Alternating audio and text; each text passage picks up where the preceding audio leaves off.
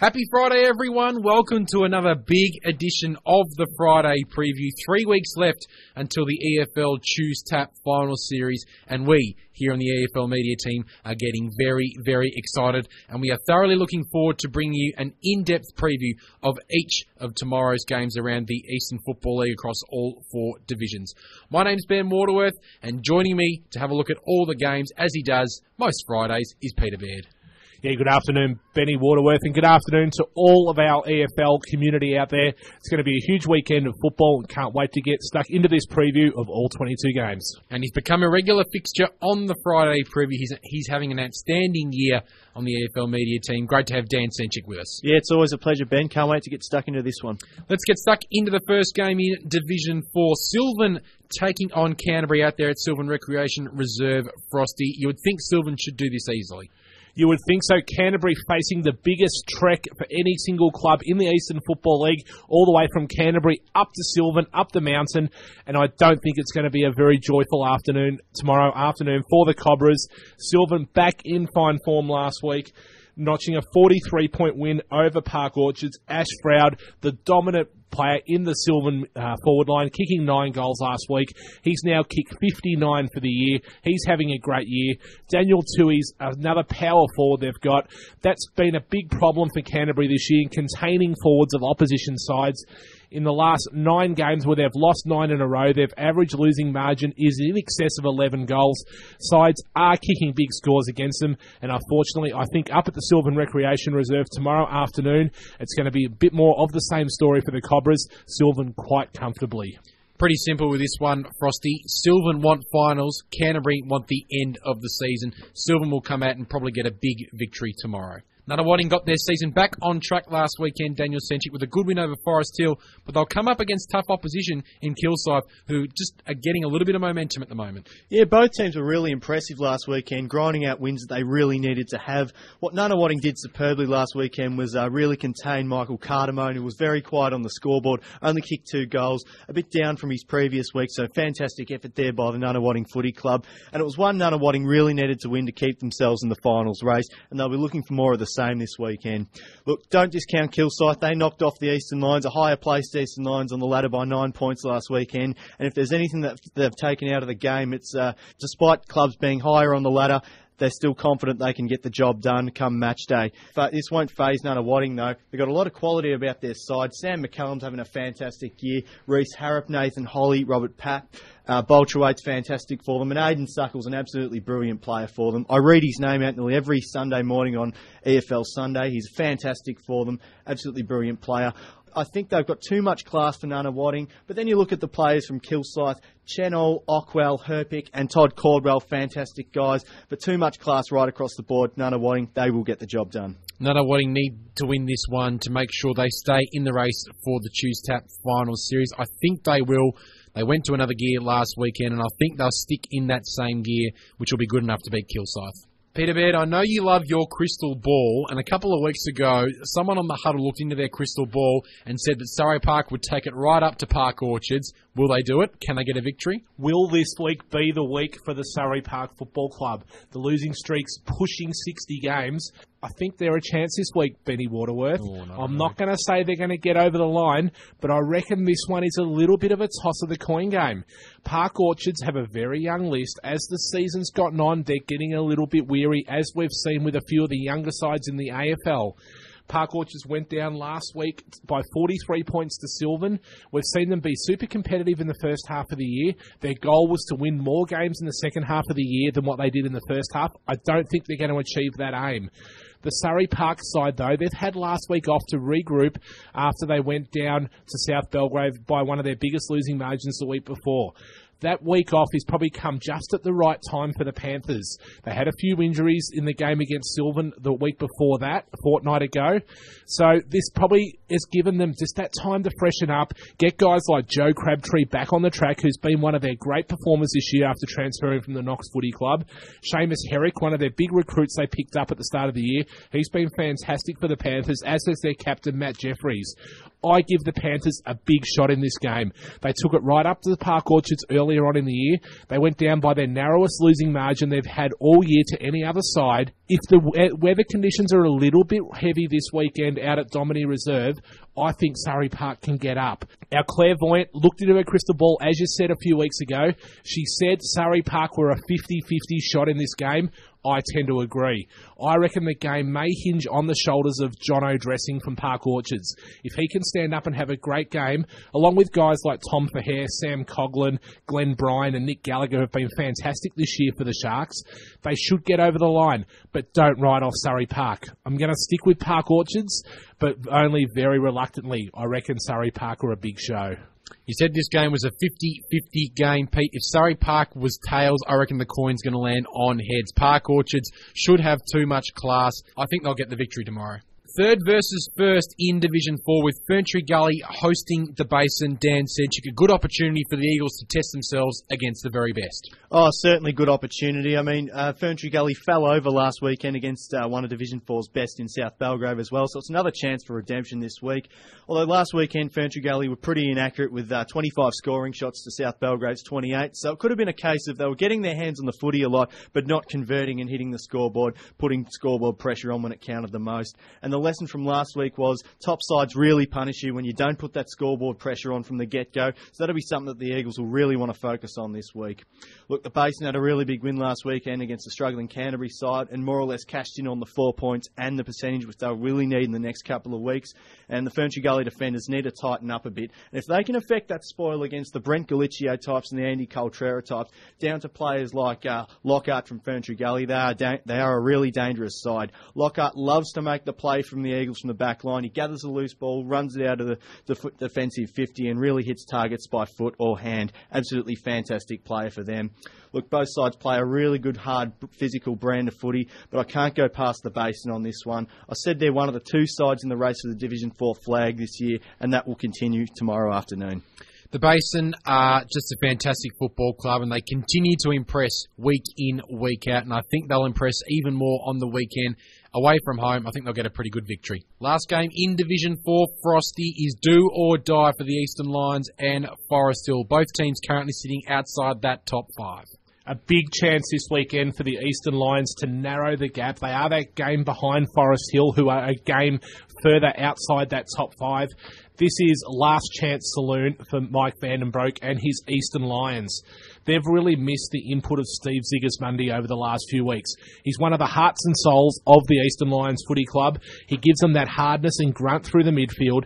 With him missing, they've really fallen away, particularly in the second half of games as the pressure's gotten on. That's exactly what they did last week in their 9-point loss to Kilsyth. They led at half-time, but fell away in the second half.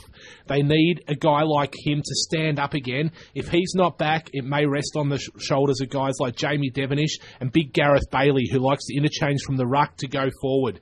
Jason Watts had a good year, but I think Forest Hill might have just a little bit too much to play for this weekend. They were disappointing last week. They lost a big opportunity to cement themselves back in the final 5 when they went down to Nunawading at Forest Hill Reserve by 32 points. Ash Jones has had a fantastic year this year for the Zebras. Mark Shoulders has been great. Michael Carterbone's been leading by example, kicked 34 goals for the year, and Matt Whitty's had a super year along with Robbie Binks. I think Forest Hill may have a little bit too much class for the Eastern Lions, who seem to be tiring as the year's getting on. Even though this one's out at Lewis Park, the Eastern Lions have been much better side out at Lewis Park this year. I think Forest Hill will get over the line, but I expect it to be close all day. The Eastern Lions' case will not be helped by the fact that Jason Want, who you mentioned just before then, Frosty, apparently suffered a pretty serious shoulder injury last Saturday, and I don't think will line up for the Lions this weekend. Having said that, unfortunately, it will not get any better for the Lions. You said the Zebras have too much to play for. The Zebras will win on the weekend. Division 4, done and dusted. 5 great games, so make sure you go out there and support your Division 4 club. But make sure you also go out and support your Division 3 club. 6 great games on offer tomorrow afternoon. And let's start with the game between the Whitehorse Pioneers and North Ringwood Dan Cencic. Unfortunately, it's last playing first. Yeah, there's no doubt about it. The Whitehorse Pioneers struggling big time this season. North Ringwood can hardly do a thing wrong. They're in absolutely fantastic form. They're just streets ahead of the rest of the Division 3 competition at the moment. They've conceded the least amount of points, and their percentages are fair way right in front of the second place Glen Waverley Hawks, about 8% there. And they just continue to attack through players such as Joshua Barrett, Scott De Kaiser, Anthony Sharp, Jack Whelan, and Jaden Van Unen's been fantastic for them as well, a real sharpshooter there. And we look at the players for the Whitehorse Pioneers. Look, they haven't had the greatest of years, but as we've said 1,000 times so far this season, they've been playing away from home, and it really has a big impact on the way a team performs. We've seen it with sides like Wanturna South, who played, at Camel Corner last season, and now are back at home and they're doing all right. So I think with players like Daniel Johnson, Thomas Mitchell, Sim, Barker, O'Brien, and Maverick Lead, also Aidan Kerrin's having a good year as well. They've certainly got a core group of players that they can really build around and build for 2013, and I think that's what they'll be after for the remainder of the season. They just need to get a bit more confidence up, and I think they've got nothing to lose this week, the Whitehorse Pioneers. They'll go out there and have a fair income crack, but I think North Ringwood will be too strong in this one. They will get over the line quite convincingly. The Saints are pretty disappointing against the Hawks last weekend, Dan. I don't think they'll drop 2 in a row. They're certainly one of the best sides in Division 3, and they'll prove it with a pretty big victory tomorrow. Holt went the Wanturna South steam train last weekend, Frosty. They had a bit of a hiccup. Can they bounce back against Coldstream tomorrow? Well, they certainly need to if they want to participate in the EFL Division 3 Choose Tap Final Series this year, Ben Waterworth. They were on a bit of a roll, but they ran into a red-hot Ringwood last weekend. They went down by only a very narrow margin out there at Jubilee Park last week. But this week, they'll see an opportunity back on their home turf at Walker Reserve to try and build their percentage up against a Coldstream team that have struggled so far this year. The Cougars have only won the 2 games. They are still in that danger of being relegated down to Division 4 next year if the Whitehorse Pioneers can pinch another game. Their Coldstream percentage is a little bit better than that of Whitehorse, so Coldstream need to make sure that even if they go down against the Devils tomorrow afternoon, they don't get blown away. Johnny Pignataro for the Cougars this year has had a great year, as has Matty Lawrence and Daniel Price, and of course the evergreen coach of the Coldstream Footy Club, Matty Price. Although he doesn't like naming himself in their best, I'm sure he's putting in a stellar performance week in, week out. Wanturna South, they didn't have it all their own way last weekend against Ringwood. Ringwood forced them to play a style of football they're not used to. Daniel Badome, though, he was great up forward for the Devils. He was deprived of opportunities, but still kicked 3 of the 4 goals they managed on the afternoon. The other goal came from Chris Phillips, their vice-captain, who was super for them at centre-half forward.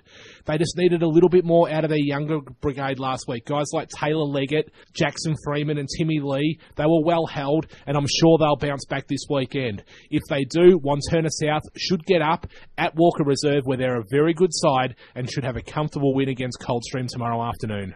Wanturna South are certainly still a big chance to make that top 5, Peter Baird, and I don't think they'll let an opportunity slip tomorrow. Even with the likes of the Pig and Hyphen Squared, Keegan Lee, Mills Horn, I think Wanturna South will be too strong.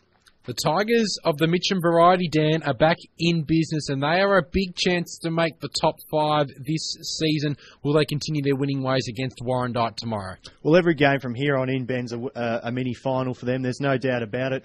We talk about a logjam nearly every single week in the Friday preview, but how can you not in Division 3 when you've got sides like Ringwood, Mitcham, Wanturna South and even Heathmont sort of knocking on the door of that top 4 or 5 of the competition at the moment. And Mitcham will really need to win this one. They managed to find another gear when it mattered most last weekend against Coldstream. They got a bit of a scare though. They only came away by a couple of goals, I think, from memory. So they came up with a new spread of goal kickers when it mattered the most, and it was a different spread of goal kickers from what they've had in the past couple of weeks. Glossop, Faulkner and Searle were the main ones a couple of weeks ago, and this last week it was Batchelor, Marrow, Godfrey, which figured in that new spread of goal kickers for the Mitcham Tigers. So it keeps opposition sides guessing, and the matchups are harder and harder to nail for the opposition every single week. And look, Warrandyte were very disappointing against Heathmont last weekend. They want to come back from that game and give this one a real fair dinkum crack. What really troubled Warrandyte last weekend was that spread of goal kickers that Heathmont provided. Absolutely outstanding spread of goal kickers Heathmont had. And sides like Mitcham, who can provide that spread of goal kickers, love to put sides who struggle with the spread of goal kickers to the sword. And I think we'll see more of that tomorrow afternoon. Mitcham should get home by a fair margin. I agree with you, Dan. Mitcham have got too much to play for. I think they'll win tomorrow. But Warrandyte fans, you didn't mention it then, Dan, but make sure you check out the Eastern Footballer on the weekend. Great piece by the good self, Dan, on Tom Norton. So make sure you check that one out. Unfortunately, I don't think it'll bring much joy on the field, though. Mitcham to win quite comfortably. Definitely one of the games in the round tomorrow, Frosty, is Templestowe hosting Ringwood. 4th versus 5th on the ladder. Tell you what, if Ringwood are able to get up tomorrow, they could possibly find themselves in 4th spot in the ladder. They certainly could, and weren't they very impressive last week when they took on Wantirna South out there at Jubilee Park? Spoken about their performance a little bit earlier on in the Friday preview. Really loved the game last week of Lukey Davis in the 9 news dots, the long sleeves, one of the best individual games I've seen in by a third division footballer this year. He was ably assisted, though, by Luke Jones and Vinnie Jones going through the middle. Ringwood just had so much run and spread from the contest. They were hard at it. Really liked the way they're going about their business this year. Timmy Burmeister, we talked to him on the huddle on Wednesday night. He's been named in the Ringwood Best 8 times this year. And with 2 power forwards that the Redbacks have this year, James Katsiavos and Trent Farmer, 101 goals so far between them. They're a team to be reckoned with. They've come up against a Templestowe team that are very hard to read, though. They dropped a couple of games in a row, seemed to be off the boil, but they ran into a Chirnside Park team last week that were struggling, and they defeated them by nearly 10 goals, 52 points. That may be what John Brown needed to get his team back on track. Jamie Bain got amongst the goals last week, kicking 3. We know how good Kane McGarmez is. We've seen him win medals in Division 3, but the big guy who's been fantastic for him this year is Alistair Quinn, the recruit they picked up from the Whitehorse Pioneers. Watch out for him on Chandler Medal Night. Ooh. He might be a contender for the Division 3 best and fairest. Really like the years so far of Georgie Sarnidis and Troy Resenless as well. They've been super for the Templestowe Dockers. I reckon this is nearly match of the round in Division 3. I'm going to tip Templestowe only just because it's a Templestowe reserve. If you're looking for somewhere to go tomorrow afternoon for a good game of local football, head out there to Porter Street because you're going to see an absolute ripper. The Dockers just for mine. Should be an absolutely fantastic contest, and looking forward to seeing the results as they come through tomorrow. Great sign for Templestowe last weekend was the form of Jamie Bain. Only played 9 games for the Dockers senior side this year, but he booted 3 goals and was named best on ground. Probably the confidence-building game that he needed. Ringwood are in good form, but out at Porter Street, Templestowe need a big scalp, and I reckon they'll get it against Ringwood tomorrow. The Sheen Express, Dan Cencic, stops at H.E. Parker Reserve tomorrow as Heathmont host the Chirnside Park Footy Club, who, fair to say, are struggling in the second half of 2012. Oh, there's no doubt about it. And Ben, you talk about the Sheen Express. What about the Robbie Savoury Bullet Train, kicking 5 goals last weekend? Absolutely outstanding display. Sheen had 4, Clark 2, Horton 2, Broadbent had 2 as well. Hickey, Sindri and Himmerman and Leotomat all figured in the goal kickers as well. So you really have to talk about their ability to find different avenues to goal. They've been labelled maybe in the past few weeks as too Darren Sheen conscious. Last weekend they might have knocked those thoughts on the head and really answered to the critics there.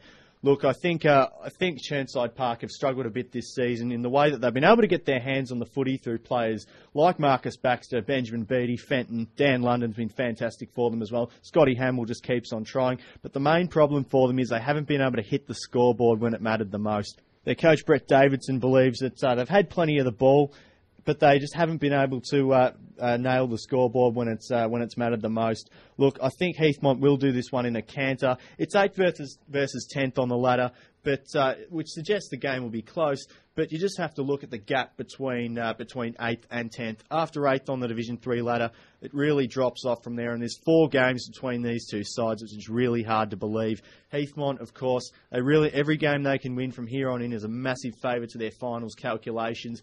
If they lose this Saturday, I think it's curtains, if it hasn't been already. But Heathmont just need to win this one, and win this one they will. Get a feeling this game could get quite ugly. Heathmont to win this one quite comfortably, with Sheeny possibly set for a day out. And the final game in Division 3, Frosty, I reckon you've picked a good one here. The Glen Waverley Hawks hosting Baronia. The Battle of the Hawks, a hawk off, a hawk fiesta, call it what you want. It's going to be a beauty. Feathers are sure to fly out at Capital Reserve. The battle of the Hawks, as you said, the Glen Waverley variety. They've been the surprise this year of Division 3. Baronia are a very hard team to read this year, though. We thought they might be one of those top 2 teams. They sit in 3rd position. Coach Peter Bennett has departed Tilmore Reserve this year. Drew O'Hare's taken over the reins at Baronia. They seem to have got their year back on track last week with a 15-point surprise defeat of the top side North Ringwood. The Glen Waverley Hawks, though, they're looking to complete the set this weekend of knocking off every other team within their top 5 if they can beat Baronia. It sets them up beautifully for a crack at the premiership if they can achieve that aim. What I've liked about the Glen Waverley Hawks this year is how adaptable some of their players are. Andrew Azzopardi, he's been a power forward. He's also filled key roles in defence when he's needed to. Matty Carnelli, we know how damaging he can be in front of the big sticks. He's gone into the midfield when Mick Gall's required him to. Sam Zickman's been a super acquisition for the Glen Waverley Hawks this year, and Wayne McGee leads this club by example, even though he's no longer the captain. Fia Tutu, I'm hearing a whisper, the big man could be back this weekend. Ooh. And he's just the impetus that the Hawks may need because Baronia have power forwards that need minding and Tutu's just the man. Matty Smith and Jason Heath have been fantastic for Baronia and we know how damaging they can be on their day. Paddy Garrity's had a great year, as has Luke Allison, but I think at Capital Reserve, the Glen Waverley Hawks train is rolling towards finals and an assault at the premiership. I'm going to tip the Glen Waverley Hawks to get up in this one, and I think they can do it with some sort of ease and comfort. You've got me very, very excited about this game, Pete. Just looking at some of the matchups that could occur. Looking forward to seeing the result of this one. But you mentioned him, Fia Tutu, the Samoan ballerina. If he's in, the Glen Waverley Hawks are every chance to win. Even without him, I reckon the Hawks, probably of the Glen Waverley variety, can get up at Capital Reserve.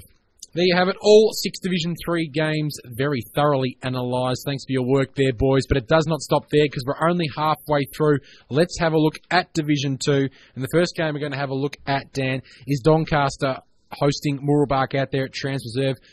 Doncaster got a victory last weekend. They'll be confident. Yeah, Doncaster were really good last weekend against Upper Ferntree Gully. And, of course, Mooroolbark were brave against an absolutely rampaging Roeville side. And a lot of the talk last weekend was a win was a non-negotiable for the Mooroolbark Footy Club, and the result was all important. Well, that was true, but they only went down by under 2 goals, we have to remember, which still shows that they're in that top group of sides in, fighting for the flag in Division 2.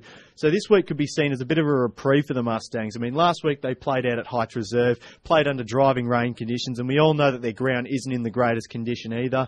Look, Doncaster impressive last weekend. They had a good win over Upper Ferntree Gully, who sit in the middle of the table. We spoke to Andrew Tranquilli last Sunday morning, and the question was asked whether or not their ladder position is reflective of their year. Well, no, it's not, because a few close losses and a few kicks either the other way, and their year could have been a completely different story. But that's something they reversed a little bit last week, getting over the line by 15 points in, unideal conditions. So they'll take a lot of confidence into this week's match, especially after a slow start that they gave the opposition, behind by a few goals. But the Mustangs just have to get back on the winners list this week, and they'll be desperate after such a close loss last week to a very good Roeville side. Players like Linford, Roach, Demetrio should be back in the side this weekend.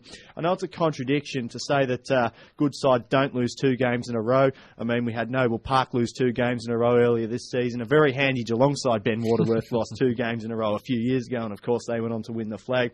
So plenty of great sides do lose 2 games in a row, but the Mustangs will win this weekend.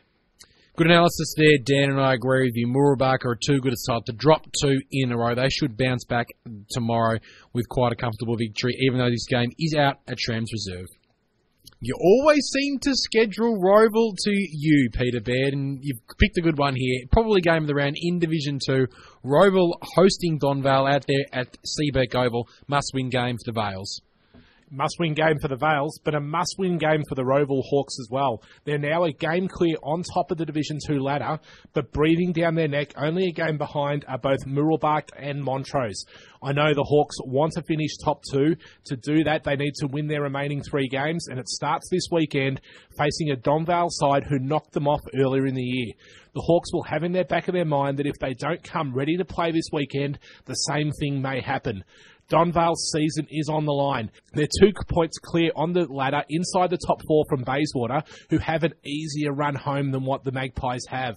Donvale need to win their games to stay in the hunt for that 4th position on the ladder. We know they've got some power forwards. Jack Purcell's had a great year up forward, as has Nick Murphy. Really liked the game last week of the caveman, Zach Tarr. Oh, yes. Andrew Pettigrove, Hayden Cotson, Simon DiStefano. They've got great players all across the field. Roval need to watch those 2 power forwards, but I reckon their backline's probably been the most solid of any team in Division 2 this year. Brendan Walsh has been down there, as has Mason Crozier, Steve Giorgio, Jesse Owen at times. They're very solid down back. Through the midfield, they've been great, but this week they'll be without one of their inspirational leaders in Matt Stanley. They've got a perfect replacement waiting in the wings, though, in young Lukey Scanlon, who was great in the first half of the year. He missed a game through injury and hasn't been able to force his way back into the team yet this year. Watch out for him to return to the Roval Hawks side this week, full of fire and venom, to not miss out on playing finals. I reckon the Hawks, they've just got too much class. They'll become ready to play after being shocked by Donvale early in the year. And I reckon this one might get nasty on the scoreboard, beat Benny Waterworth. Roval in a canter out at Seabeck Oval. Donvale would be pretty disappointed with how they played last weekend. They had a great start to the game, kicking the first 5 goals, but only were able to add another couple for the rest of the day, and Bayswater ran over the top of them. They've got some great players from backline to forward line, some good big bodies in that midfield. But as you said, that Roval defence looks very, very good. I think they'll cope without Matty Stanley as well this weekend. Roval for mine, and I agree with you, Pete, quite easily. The Waverley Blues host Montrose Dan Cencic tomorrow afternoon. I think Montrose, they'll be pretty keen to win this one by a good big margin. Oh, they certainly will, especially finding themselves in that top 3 echelon of the Division 2 competition at the moment.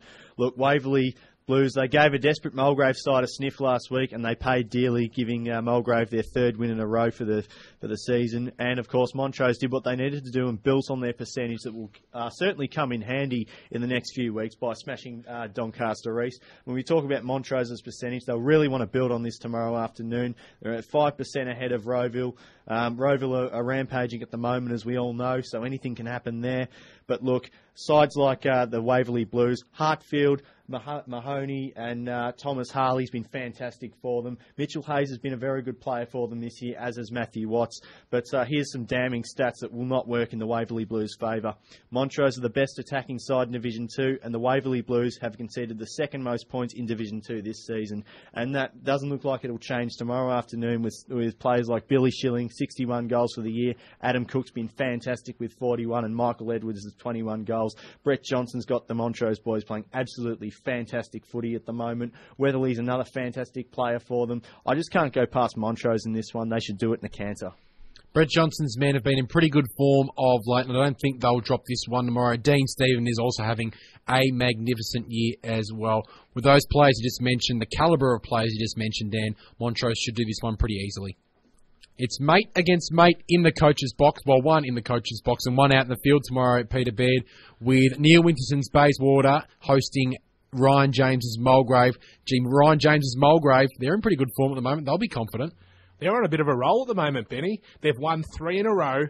They're starting to get back into a bit of form. Adam Booth kicking goals for them. Luke Parker, the captains, leading by example, named in their best last week. The veteran Alan Cleven returned to the Mulgrave best last week as well in the ruck for them. You know Mulgrave are going to play well when he's able to give their midfielders first use of the ball. The matchup I'm really looking forward to tomorrow afternoon are 2 of the classiest players you'll see in Division 2 or throughout the whole Eastern Football League going head-to-head.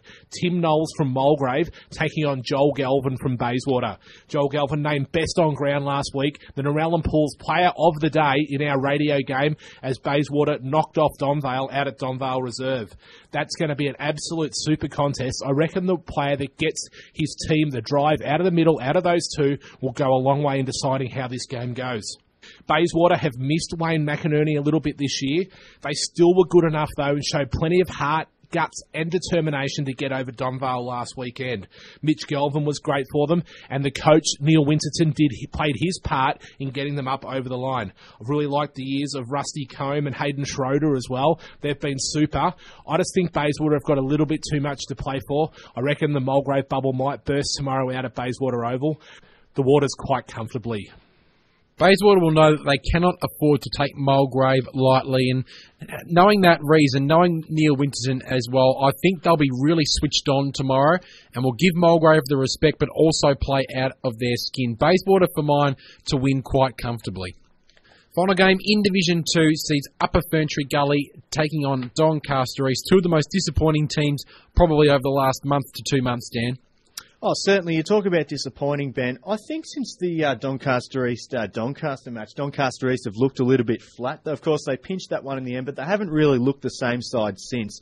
But look, Upper Ferntree Gully went down against Doncaster last week after being favourites. Doncaster East were very disappointing against one of the better Division 2 sides in Montrose. I suppose there's no real shame in losing to Montrose, as many sides have this year, but they'll be disappointed with the way they lost last weekend.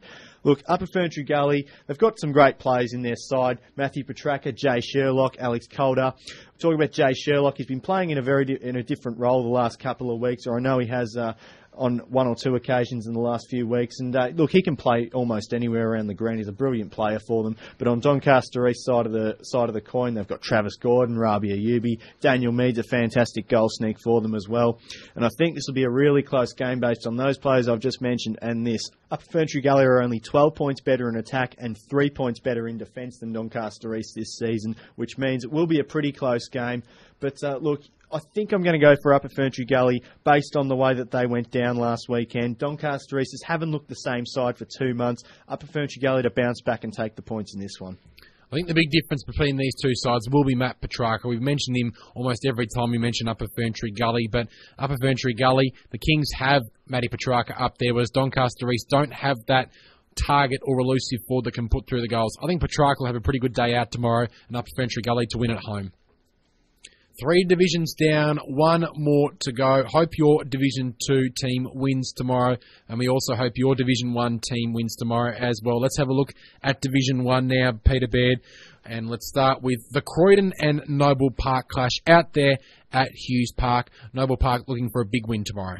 Noble Park getting a lot of their mojo back last week, a 61-point demolition of South Croydon. I reckon this week they're going to look to complete the Arndale Cup double, knocking over South Croydon and Croydon in consecutive weeks, both on the road.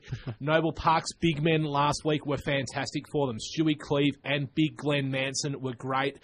And when you see guys like Stewie Kemperman named in their best, you know Noble Park are up and about. Shane Allen's still their leading goal kicker this year. He's kicked 46 for the year, 3 last week. I just think Noble Park, they're starting to get a bit of their mojo back, and they're pushing towards the time of the year when their coach Mick Fogarty knows they can play their best football. They love playing on the big stage. Finals are what the Noble Park Football Club come to play, and they're setting their sights on September action. Croydon, though, they've had a disappointing year. They're probably in better form than the team sitting slightly above them on the ladder in South Croydon. Their top 4 or 5 players have been very good this year. They just don't have the depth to cover the whole field. When you look at guys like Lee Kimpton, Dale Bull, James Grant, Brad Callagher, they're top-rates players in any Division 1 side. Their second-tier players haven't been able to stand up. They've found a player with the return of Big Rudy Falovic back to the Croydon Football Club. In the 4 games he's played, he's been named in their best 3 times, named in their best last week, but I reckon he'll have his hands full with the big men from Noble Park this week in Stewie Cleve and Glenn Manson. I reckon Noble Park will be looking to try and boost their percentage. Their percentage is the worst of the teams currently in that top 5. They need a big win. I reckon it might come out at Hughes Park tomorrow. Don't stand in the way of the Charging Bulls. I reckon they're going to have a big, big win. Croydon certainly can't afford to put the red towel out tomorrow because Noble Park are rampaging towards the finals. And as you said, Pete, and Noble Park know how important this time of the season is. They'll have a good win tomorrow and expect them to boost that percentage, which needs a little bit of increasing. Interesting game out at the Lilydale Sports Oval tomorrow, Dan, with Lilydale hosting Blackburn. Lilydale had a good win last weekend, whereas Blackburn got a little bit of a reality check from the Mighty Eagles. Yeah, Blackburn did get a bit of a reality check, but I think we can cut them a little bit of slack for last week's result. I mean, they're certainly not the only side to go down to Vermont this season. Of course, Vermont flying absolutely beautifully at the moment on top of the ladder, and Lilydale defeated Croydon by about 16 points from memory. So both sides not travelling ideally in this 2012 season. Lilydale 7th, Blackburn 10th on the ladder. You look at the players that Lilydale have got, Nathan O'Keefe, Daniel Breeze and Ashraf Davies. Nathan O'Keefe's the big one for them. Who will take him? Will it be Samuel McCauley? He's an absolutely fantastic defender, Samuel McCauley, of course. Division 1 SEN Team of the Year in 2011 as a defender. Brilliant player that he is. I think he needs to play on Nathan O'Keefe. But then you've got Daniel Breeze causing a lot of headaches. And in the words of you, Ben Waterworth, you said this ad nauseum, Daniel Breeze, you're a star. Absolutely fantastic player. And of course, you've got Ryan Breeze. And also Nicholas Sargent causes a few headaches up forward too on his day. Lilydale have got a bit too much class for Blackburn at the moment, but one thing I've really liked about Blackburn is, they had a lot of forwards leave over the off-season and players have been able to fill those voids. Graham Johns has been fantastic this year for them with 22 goals. Christian Heights come back into the side, slots in beautifully up forward, and the captain Michael Prendergast just leads from the front. Very hard player to match up on. He's not a tall bloke, but he certainly puts in 110% every single week, knows where the goals are as well, runs hard both ways too. I would love to tip Blackburn in this, but I think Lilydale will get over the line. The Falcons are a very hard team to beat at home, and I think they'll prove that tomorrow. Their A-graders are just a little bit of a level up from Blackburn at the moment. Having said that, Brad Murray's had a sensational year, named him the best 12 out of 14 times. That's incredible consistency, but I think Lilydale will have 4 consistent quarters tomorrow and defeat Blackburn. Toot toot! The Caravan of Courage is heading out to Vermont Recreation Reserve tomorrow for the big clash between Vermont and Scoresby. Make sure your radio dial is tuned to 98.1 FN from 1 till 6 p.m. Or, of course, you can stream us live right here on the AFL website from 2 till 5 p.m. Huge game, Pete. Who wins? I hate to say it for Scoresby supporters, but I think Vermont are in just too good a form at the moment. While most teams around the EFL struggled to kick big scores last week, the Eagles slotted through 16 in their 83-point demolition of Blackburn out there at Moreton Park. Vermont, the area where they've been so good this year is they've been able to get midfielders drift forward to kick goals and alleviate the load where they're not reliant on the power forward. Having said that, Jared Dalton's been fantastic as that forward for them this year, but when he's helped out with guys like Tom Carmody, Nathan Henley, Dean Kelly, Adrian Galino, Lockie Johns, these guys, Vermont just have so much firepower. A strength for Scoresby has been the way they've been able to rebound off half-back. Guys like Benny Bronski, my man, I know you've tried to claim him over the last fortnight, Benny Waterworth. He's my man, I reckon. Paul Chadwick, Thomas Warby, they give great drive for the Scoresby Football Club off half-back, but this week they're going to have to watch those dangerous half-forward midfield types for Vermont because they can hurt them going the other way. Having said that, 2 of the best ruckmen in Division 1 go head-to-head, Robbie Ross and Luke Van Reenen. That's going to be an interesting matchup. And in the midfield, 2 different type of midfielders. The dynamic Ryan Mullett takes on the guts and determination of the Doc, Matty Krawczyk, and Adam Parker for the Magpies. I just think Vermont have got the answers. Scoresby only managed 1 goal in their loss to Norwood last week. I don't reckon they're bringing great form into this game. It may have been an aberration, but I can't forgive the Magpies that easily. I'm tipping Vermont at home. They're rolling towards finals. They're the unstoppable force at the moment, and I reckon it'll continue tomorrow afternoon. The force is certainly rolling with a lot of momentum at the moment. I think Scoresby can put up a bit of a fight. As you said, Pete, I think last weekend was a bit of a once-off for the Pies. They can bounce back. They're a much better team than that. But Vermont, geez, are they turning heads at the moment? Noel McPhee writes in the stats bed this weekend that the EFL can resume to normal transmission because Vermont is back on top of the Division 1 ladder, and I think they'll stay there after tomorrow's game. Vermont for mine, and geez, I can't wait to claim Ben Bronskis instead of you, Peter Baird. Interesting game at Cheong Park tomorrow, Dan, with South Croydon hosting East Ringwood. Both of these teams just hanging on for the rest of the season. Might be a good opportunity for South Croydon to claim 4 points tomorrow. Certainly a great opportunity for them to claim 4 points. I mean, they're fighting relegation at the moment. Croydon are on the bottom of the ladder. They're a game clear there. But a very damning stat for South Croydon. They've conceded some very hefty scores this year. They're ranked first in Division 1 for scores against. And that doesn't bode well when East Ringwood have got players like Gary Conyers, who's kicked 24 goals for the year. Luke Vogels has been fantastic for them, and Anthony Van Ruin. So if those 3 line up tomorrow for East Ringwood, then South Croydon will be having plenty of headaches. But on the flip side of the coin, there's a bit of quality in that South Croydon side, but I often feel that a bit of it's left to too few too often. Players like Michael King, Trent Zoma, James Crow, Robbie Mallison's been fantastic for them as well. Nicholas Molnar's been good for them too, but too much left to too few all too often. And look, East Ringwood went down to Knox by 19 points last week. They'll really want to turn that around. Neither side can make the finals, and I think East Ringwood's problem this year, it doesn't take a genius to work it out. They've been absolutely ravaged by injuries, and I think anyone who says injuries are used as an excuse, I think injuries are a legitimate reason for a side's year kind of dropping off. You just have to look at a lot of different sides, like East Burwood, who have also been ravaged by injuries this season. And South Croydon will really want to cash in on a very undermanned East Ringwood team tomorrow afternoon. But look, South Croydon were very disappointing against it. And speaking of undermanned sides, they went down to Noble Park last weekend, and they didn't cash in on that opportunity either. Noble Park are missing a fair few of their best at the moment. I just think tomorrow afternoon, East Ringwood are due for a win. We've seen sides who are due for a win come out and take the 4 points all too often this season. East Burwood's an example of that, and they got on a roll. East Ringwood, I think, will take the points tomorrow, Arvo. I agree with you, Dan. East Ringwood are due for a victory. They were pretty disappointed, speaking to Bernie Deneen, after last weekend's loss against Knox. I think they'll bounce back despite their run of injuries and despite South Croydon's confidence knowing that they might get East Ringwood at a good time. The ruse for mine away from home. No one saw a Balwyn loss coming last weekend, Peter Baird. Gee, they'll want to bounce back against Knox this weekend. They certainly will. They've fallen back into the pack now. Maybe their double chance might be on the line this weekend as they take on a Knox team who are very impressive in their 19-point win over East Ringwood last week. Balwyn have been fantastic so far this year. Their drive they get through their midfield has been super. Guys like Charlie Hendry, Ryan McMahon, Stevie Kenner, Rennie Gilchrist give first use to their forwards. Jeff Goebbels, he kicked 5 last week. He was a shining light for them. Big Nick Smith, he kicked 3. And with Lukey Barker up there as well, they've got a very damaging forward line and one that I think Knox might struggle to cover. We know how good Jacob Castricum can be for the Knox Falcons, but I reckon he'll have his hands full. There might be too many he has to worry about. He'll get good help from Brendan McKeer, but I think the ball might be go down there just a little bit too much. And if the left foot of Shane Tregear can send that ball inside 50 on numerous times tomorrow afternoon, I reckon that Balwyn will have just a little bit too much firepower for Knox to worry about. Knox, on the other hand, it was good to see Jared Clark getting back into a little bit of form last week for the Falcons, kicking 3. Lucas Bakes, named in their best. And Luke Williams, isn't he a star for the Knox Football Club? Best on ground again last week. Michael Ayalo's always in their best as well.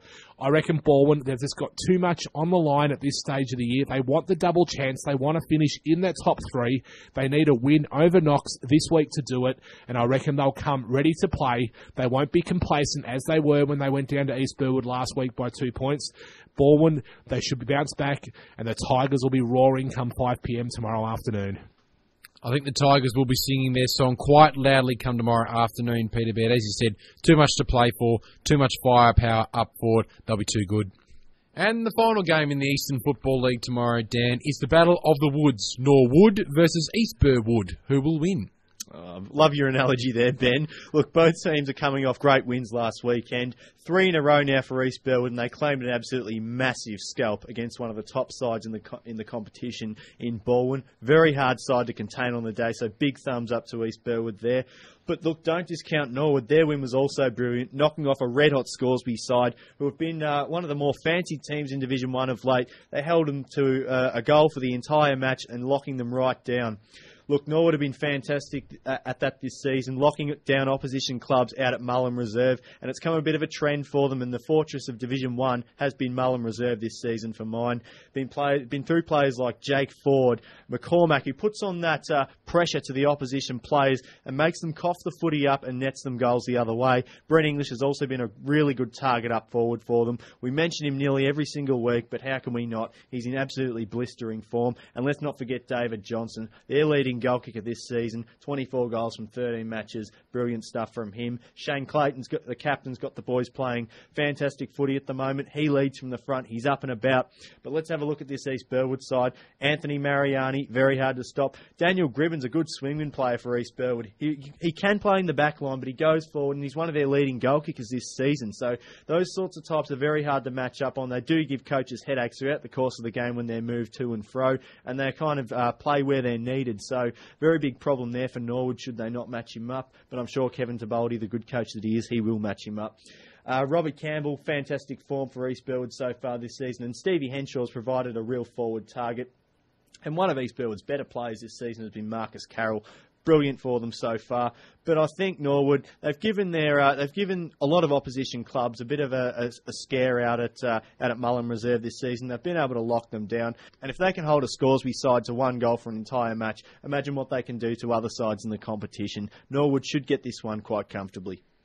Looking forward to the battle in the ruck between Jonathan Wynn and Robbie Campbell tomorrow. Good chance for Johnny Wynn, a young up-and-coming ruckman in Division 1, to test himself against an AFL player, Robbie Campbell. As you said, Dan, Norwood have been so good at choking sides and restricting their scoring output. East Burwood, they're a team that likes to score lots. They like to have a free-flowing play. Anthony Mariani, Daniel Gribben and Robbie Campbell all kicked over 20 goals this season. Dan Gribben kicked 6 last weekend. For mine, though, at home, that Fortress Dan, that'll come into play tomorrow. Norwood should be too good and keep their winning ways rolling. Take a breath, gents. All done and dusted, all 22 games for yet another week in the Eastern Football League. Make sure your radio dial tomorrow is tuned to 98.1 Radio Eastern from 1 till 6 p.m. or, of course, streaming live here on afl.org.au from 2 to 5 p.m. for the big Division 1 clash. It's Vermont taking on Scoresby. Really looking forward to getting out there and taking a good look at this one. The Battle of the Birds. It's the Eagles and the Magpies. And don't forget to tune in to EFL Sunday from 10 a.m. to 12 p.m. every Sunday morning, where we chat to a few winning coaches from around the Eastern Football League. EFL Sunday, proudly sponsored by Akira Urgent Care. And for your lighter look at the Eastern Football League, your midweek EFL fix, tune into the Huddle next Wednesday night between 6 and 7 p.m. on 98.1 Radio Eastern FM. Good on you, boys. It's been a pleasure to go through all the games with you right here at EFL House. Peter Baird will hear your dulcet tones tomorrow from Vermont. Looking forward to providing special comments for the big game, seeing who can stake a claim for that double chance in Division 1 at the business end of the year. And Dan Cencic, you'll be out at the Glen Waverley Hawks Baronia game tomorrow. Look forward to your report, and thanks for joining us this afternoon. It's always a pleasure, Ben. And you talk about Battle of the Birds. I'll be out at Battle of the Birds as well. Very much looking forward to checking out that Glen Waverley burger too, Peter Baird. Be absolutely fantastic, and I can't wait to hear both of your dulcet tones on the air tomorrow afternoon. Can't wait to get out to Vermont tomorrow. Make sure you go local for your football and support your local EFL team. This has been the Friday preview. Thanks for tuning in. We'll be back bigger and better than ever next week. Cannot wait for another edition. That's us signing off. And as a wise man once said, stick a fork in us. We're done. We're done.